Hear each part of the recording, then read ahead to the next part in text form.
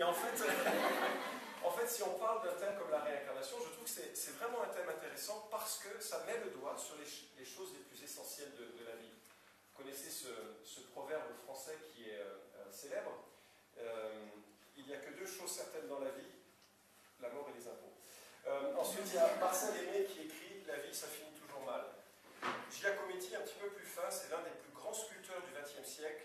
Il a écrit au sujet de ceux qu'il peignait ou qu'il sculptait « Tous les vivants étaient morts ».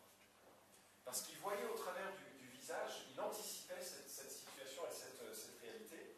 Et un gars comme Salvador Dali a souligné que le seul problème qui non seulement me préoccupe, mais qui m'effraie, c'est l'idée de la mort. Alors, je ne veux pas être morbide, hein, mais la réincarnation elle est quand même liée à cette question de la mort. Je regarde d'autres citations que je vais passer, mais César Borgia, c'était un homme politique italien assez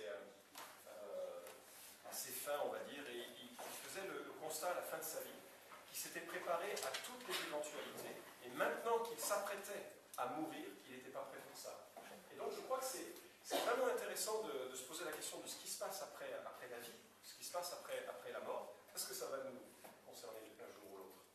Et pour moi, la réincarnation était particulièrement intéressante comme option, parce que ça donnait de l'espérance. Quand on est devant le tombeau de quelqu'un que l'on aime, et que l'on se dit, mais je ne peux pas imaginer que je ne le reverrai plus, ou qu'il n'y a rien derrière, pour moi, franchement, la possibilité que l'on vive au-delà de la vie, que l'on revienne, c'était quelque chose qui, moi, m'encourageait. Parce que je suis né dans une famille qui était très branchée nouvelle spiritualité. Quand j'étais haut comme une pomme à genoux, je rentrais chez moi de l'école, et après l'entrée, il y avait dans le salon un immense Bouddha, devant lequel s'élevait de l'encens, et ma mère avait mis des caches aux fenêtres pour que c'est un petit peu plus un look hindou. Donc moi j'ai vraiment grandi patchouli et réincarnation et bouddhisme, et en même temps mes parents ont un petit peu changé, mais ils sont encore dans